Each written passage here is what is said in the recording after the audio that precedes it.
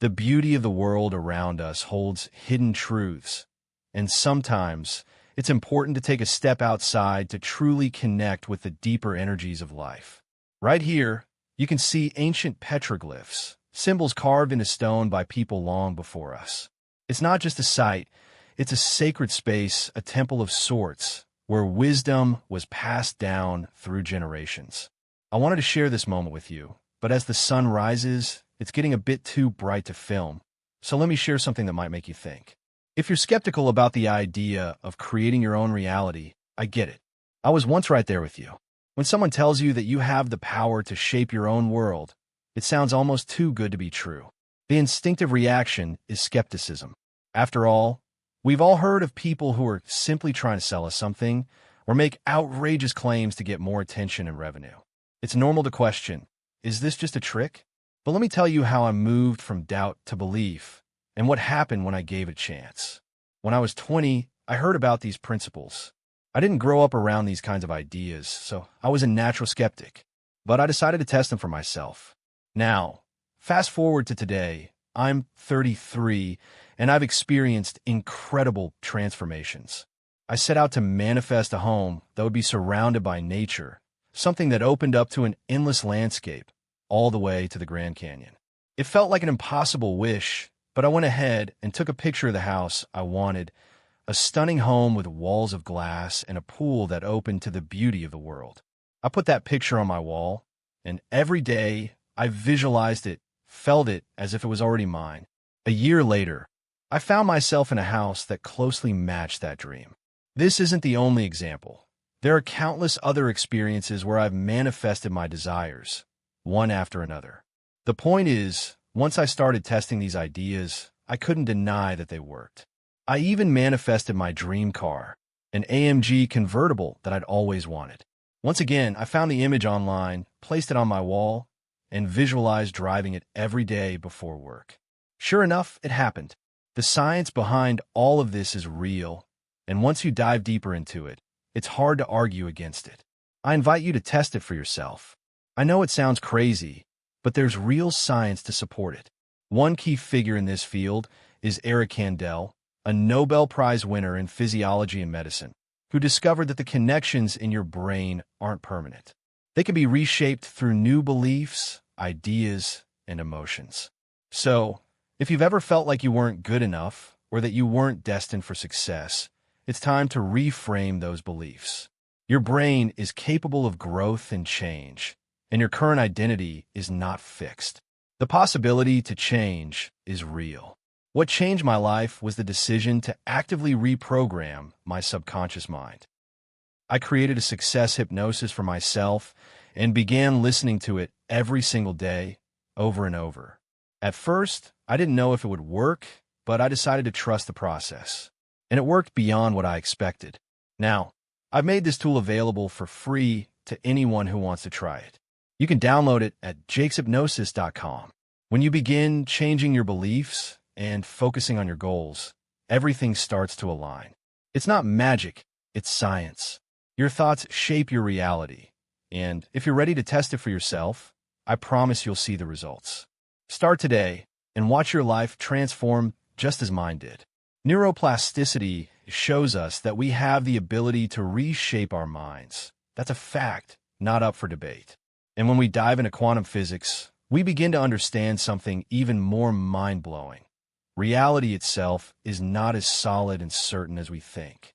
The very particles that make up everything we perceive, our chairs, the walls around us, are not fixed. Sometimes they exist as real particles localized in space and time, but at other times they vanish, becoming waves of energy that we can't even see. And here's the craziest part. The very existence of those particles, whether they appear or disappear, is influenced by consciousness. Simply put, the observer, the way we perceive and interpret reality, plays a role in shaping it. If you could peer into the atoms of that chair you're sitting on with a powerful enough microscope, you'd see something wild. At the subatomic level, the chair itself may not even exist in its solid form. The particles that make it up are shifting, disappearing, and reappearing. It's as if the universe is playing a game of hide and seek, only visible when it's being observed. This challenges everything we think we know about the physical world. We experience life through our senses, sure, but in reality, everything we see is a projection, an illusion of consciousness. What we perceive as real is just the way our consciousness has chosen to interpret it. When I dropped out of college and faced rejection from publishing companies, the world told me it wasn't possible. They told me it was a bad idea. They called me a starving artist and told me I would struggle. The thing is, those people's beliefs aren't mine unless I choose to let them be. If you're not careful, other people's limitations can easily become your own. That's why I made a promise to guard my imagination, a do not disturb sign, metaphorically. You need to protect your mind from the negativity and fears that others try to project onto you. When you do that, you're halfway to victory. The next step is powerful. When you hear those doubts and criticisms, simply acknowledge them, but don't absorb them. You can say, "Thank you for your concern, but that's not part of my belief system." You don't need to argue or convince anyone else. Just protect your own thoughts. You don't need to entertain conversations about how hard things will be. Trust me, I've been there, facing rejection after rejection, but I chose not to take those beliefs as my own. I didn't allow them to influence my reality. Most people don't even test the possibility of changing their reality.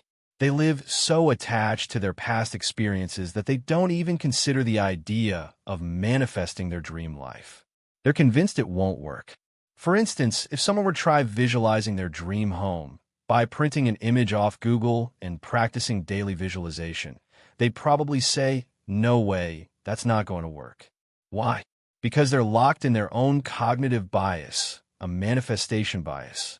They've already decided it's not possible based on their past experiences, and the universe reflects that bias back to them. But here's the truth. Consciousness works like that. What you believe becomes your reality. It's a self-fulfilling prophecy. If you believe things are hard, that they won't work out, you'll get confirmation of that belief. You'll start to see more obstacles, and you'll feel justified in your doubts.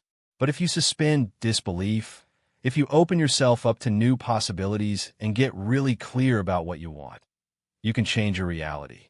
You need to visualize it clearly. Find an image of it, hold it in your mind, and feed your subconscious mind with these new beliefs. Because here's the kicker.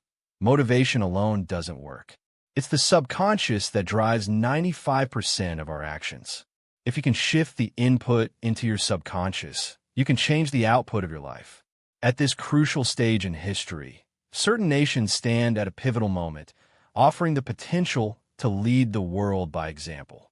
They have the opportunity to demonstrate a deep commitment to moral and spiritual values that could have far-reaching effects. According to the prophecy, if these nations embrace the path of conversion, compassion, and spiritual renewal, they can significantly diminish the severity of the prophesied events. However, should they choose to ignore the spiritual dimension of life, they risk facing profound suffering that could touch the lives of millions. While the prophecy's tone may seem ominous, it also carries a message of mercy and hope. The warnings issued by the Virgin Mary are not intended to sow fear, but rather to offer a genuine chance for redemption and transformation. The call to conversion is presented as a beacon of light, showing the faithful that there is still time to avoid the full impact of the trials ahead. By sincerely repenting and returning to spiritual values, humanity can change the course of the future, steering away from the darkness that threatens to engulf the world. The messages remind us that the challenges we face are not only times of suffering, but also opportunities for spiritual growth and purification. This period of tribulation is an invitation to renew our sense of purpose, to deepen our relationship with God, and to be refined in our faith. It is a time to hold on to hope, trusting that divine assistance will be given to those who seek it with open hearts. This hope is a lifeline, urging the faithful to persevere and to believe that there is a way forward, even amidst the trials to come. The prophecy from Medjugorje calls for immediate action to prepare for what lies ahead. Key steps include committing to regular prayer, especially the powerful prayer of the Rosary, engaging in acts of charity, and fostering a sincere conversion of heart. Individuals are urged to examine their lives, seek forgiveness for past wrongs, and make amends wherever possible. This process of personal renewal is essential as it strengthens the individual spirit and opens the door to divine mercy. On a larger scale, communities are encouraged to bond together through shared spiritual practices, while nations are called to implement policies that reflect moral values and compassion. This collective effort is critical for restoring the spiritual balance that has been lost in the world. The preparation envisioned by the prophecy is not just about surviving impending crises, but about building a stronger, more compassionate world that aligns with God's will, a world where love, prayer, and faith prevail. The Medjugorje prophecy makes it clear that the world stands at a crossroads. The choices we make today will determine whether the future is one of hope and healing or one of suffering and despair. The Virgin Mary's call is a compelling invitation to embrace a path of spiritual renewal, to take concrete steps to prepare for the trials ahead, and to ensure that humanity is spiritually ready. Through prayer, faith, and compassionate action, the course of history can still be altered for the better. In the end, the fate of these nations, and indeed the entire world, lies in the hands of the people. The prophecy serves as a reminder that while the future may be uncertain, the power to change it lies within our reach. The Medjugorje messages offer a profound and urgent call for spiritual awakening, an awakening that can help us address the spiritual and moral crisis of today. By embracing conversion and fostering a culture of compassion and spiritual strength, humanity can avoid or at least lessen the severity of the anticipated tribulations. While the road ahead may be challenging, the promise of divine mercy offers hope for a future where light triumphs over darkness. Together, we can rise to the call and ensure that hope and healing are the legacy we leave for the generations to come. Thank you for being part of this journey, and may you find inspiration and hope in these powerful messages of faith and renewal.